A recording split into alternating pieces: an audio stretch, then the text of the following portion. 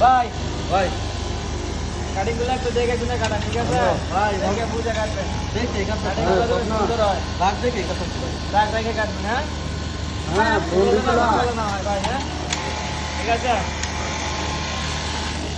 কথা বলবেন না, হাত দেখবেন। হ্যাঁ কথা বলবো না, খেয়াল রাখা বলুন।